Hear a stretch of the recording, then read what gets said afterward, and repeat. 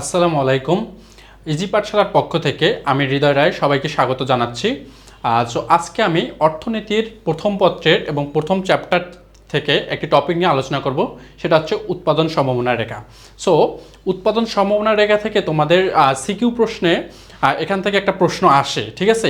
প্রথম অধ্যায় থেকে যদি আমি দুটা সৃজনশীলের কথা চিন্তা করি, তাহলে এখান থেকে একটা সৃজনশীল তোমাদের পাবা এবং তোমরা অর্থ ব্যবস্থা থেকে একটা সৃজনশীল পাবা। সো যদি উৎপাদন সম্ভাবনা রেখা থেকে প্রশ্ন আসে, তাহলে তোমরা কিভাবে উত্তর করবা, আজকে এটা বিস্তারিত আমি আলোচনা করব। তো ঠিক আছে, দেখো আমাদের উৎপাদন সম্ভাবনা রেখা জানার আগে আমাদের এটার সংজ্ঞাটা একটু জানতে হবে। তাহলে এটার সংজ্ঞাটা যদি আমি বলি যে দুটি দ্রব্য উৎপাদনের বিভিন্ন যে সম্ভাবনা যে রেখার উপর প্রকাশ করা হয় তাকে উৎপাদন সম্ভাবনা রেখা বলে। অর্থাৎ এটার ক্ষেত্রে তোমার সম্পদের পরিমাণ সেম থাকবে এবং দুটি দ্রব্য বিভিন্ন হতে পারে। ধরো তুমি ধান বা গম, এই দুটি দ্রব্য উৎপাদনের দেখবা যে বিভিন্ন সম্ভাবনা যে রেখার মধ্যে প্রকাশ করা হবে তাকে উৎপাদন সম্ভাবনা রেখা বলে, ঠিক আছে। সো আমরা জাস্ট এটুকু জানলাম এবং তোমাদের প্রশ্নে যেটা থাকবে গ নাম্বার প্রশ্নে, সেটা হচ্ছে তোমাকে উৎপাদন সম্ভাবনার রেখা তৈরি করতে বলতে পারে। অর্থাৎ দেখো, আমি যদি গয়ের চিন্তা করি, গয়ের প্রশ্নটা তোমার এভাবে থাকবে যে পিপিসি আর কার্ভ তৈরি করো, ঠিক আছে। তাহলে এইটুক যদি থাকে, অর্থাৎ পিপিসি কি, প্রোডাকশন পসিবিলিটি কার্ভ। তো এটার জন্য তোমাকে যে কাজটা করতে হবে সেটা হচ্ছে, এখন তোমার উদ্দীপকে একটা সূচি সুন্দর করে দেওয়া থাকবে, অর্থাৎ তোমার ধানের এবং পরিমাণ দুটা দেওয়া থাকবে। এখন এই পরিমাণ থেকে তোমাকে সুন্দর করে সূচিটা দেখো তোমার দেওয়াই থাকবে এবং তুমি জাস্ট কার্ভ তৈরি করবা। এখন সূচিতে তোমার কি যে জিনিসগুলো থাকতে পারে আমি দেখাচ্ছি। দেখো, তোমার ধানের পরিমাণ দেওয়া থাকতে পারে এবং অন্যদিকে হচ্ছে গম থাকতে পারে। তাহলে দেখো, ধানের একক তোমার ধরো 10 একক থাকলো প্রথমে, তাই তো। তোমার যদি ধানের একক 10 একক থাকে এবং গম হচ্ছে 0 একক, ঠিক আছে। আমি একটা সূচি তৈরি করে দিচ্ছি, আর এরকমই যে থাকবে, নট লাইক দ্যাট, জাস্ট তোমরা একটু তোমরা যেন জাস্ট বুঝতে পারো আমি সেটার জন্য দিচ্ছি। এখন তারপরে হচ্ছে তোমার 8 একক থাকলো, 8 একক ধান এবং 4 একক গম, ঠিক আছে। এরপরে দেখো, আমি যদি 6 এককের চিন্তা করি, 4 একক, দেখো 4 একক ধানের জন্য গম হচ্ছে 8 একক, ঠিক আছে। গম হচ্ছে 8 একক এবং 0 একক ধানের জন্য গম হচ্ছে 10 একক। এরকম একটা সূচি তোমার দেওয়া থাকবে। এখন এই সূচি থেকে তুমি কিভাবে উৎপাদন সম্ভাবনা রেখা তৈরি করবা, জাস্ট খেয়াল রাখো।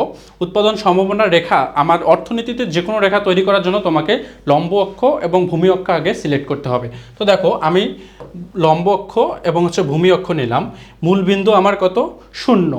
এখন দেখো, মূলবিন্দু 0, তাহলে তুমি লম্ব অক্ষে কী নিবা এবং ভূমি অক্ষে কী নিবা, এটা ডিপেন্ডস করবে তোমার উপর। তুমি যদি লম্ব অক্ষে গম নিতে পারো, এখানে বাধা ধরা কোনো নিয়ম নেই। তুমি এখানে ধান নিতে পারো অথবা গম নিতে পারো, যে কোনো একটা তুমি নিতে পারো, নিয়ে হচ্ছে কার্ভ তৈরি করবা। তাহলে আমি উপরে গম নিচ্ছি এবং নিচে হচ্ছে ধান।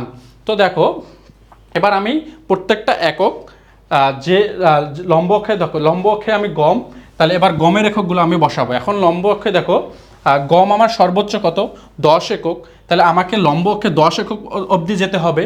তাহলে দেখো, আমি 10, আচ্ছা দেখো 4, 8, 10, তাহলে আমি এটা 4 একক, 8 একক এবং হচ্ছে 10 একক নিলাম, ঠিক আছে। তাহলে এরপর হচ্ছে কাজ কি, তোমার ধান দেখতে হবে যে কত একক অবধি আছে। ধানের ক্ষেত্রে দেখো সর্বোচ্চ 10, অর্থাৎ এখানেও 4, 8, 10, 4 একক, 8 একক এবং 10 একক, ঠিক আছে। এরপর দেখো, তাহলে তোমার যেটা কাজ সেটা দেখবা যে আগে ধান দেখো। ধানের ক্ষেত্রে প্রথম এককে কত আছে? 10 একক। তো 10 এককের জন্য গম কত? 0। 10 এককের জন্য গম হচ্ছে 0। তাহলে দেখো, ধান হচ্ছে 10, তার মানে এই যে ধানের হচ্ছে এই ভূমি বরাবর। তাহলে যখন আমার ধান 10 একক, যখন 10 একক, তখন আমার গম কত? 0। অর্থাৎ আমি ধান কোথায় নিয়েছি? ভূমি অক্ষে। তাহলে ভূমি অক্ষে 10 অবধি যাও, এই যে 10, তাহলে এটা তোমার ধান যখন 10, গম তখন কত, শূন্য, অর্থাৎ শূন্য কি উপরে যাবে না, কারণ শূন্যর ঘর হচ্ছে এখানে, অর্থাৎ এই বিন্দুতেই থাকবে। ঠিক আছে, তাহলে আমার প্রথম বিন্দু শেষ। এবার দ্বিতীয়র ক্ষেত্রে দেখো, যখন 8 একক ধান তখন গম হচ্ছে 4 একক। তাহলে ধান দেখো, ধান আমার কত, 8 একক। তাহলে 8 এককের ক্ষেত্রে গম কত, 4, অর্থাৎ 4-এর অবধি যাই, দেখো এই যে 4 এবং ধান হচ্ছে 8 একক। এবার ঠিক একইভাবে পরেরটা দেখো, ধান যখন 4 একক, অর্থাৎ 4 একক বলতে কোথায়, এই বিন্দুতে, তাই না? এরপর দেখো তাহলে গম কত, গম তখন 8 একক, তাহলে 8 বলতে এই যে গম এই পর্যন্ত যাবে। তাহলে এটা হচ্ছে আমার, ধরো আমি যদি বিন্দু চিহ্নিত করি, তাহলে এটা এ, বি এবং সি, অথবা এটা হচ্ছে ডি। তাহলে আমার এটা হচ্ছে এ বিন্দু, এটা হচ্ছে বি বিন্দু, সি বিন্দু। ঠিক আছে, এবার দেখো ডির ক্ষেত্রে যখন আমার ধান হচ্ছে 0, তখন গম কত, 10, গম কত, 10, অর্থাৎ ধান 0 মানে এই বিন্দু, আর গম হচ্ছে 10, অর্থাৎ এই বিন্দু, অর্থাৎ এটা হচ্ছে ডি বিন্দু। এখন আমি এগুলো জাস্ট মুক্ত হস্তে যোগ করে দেব।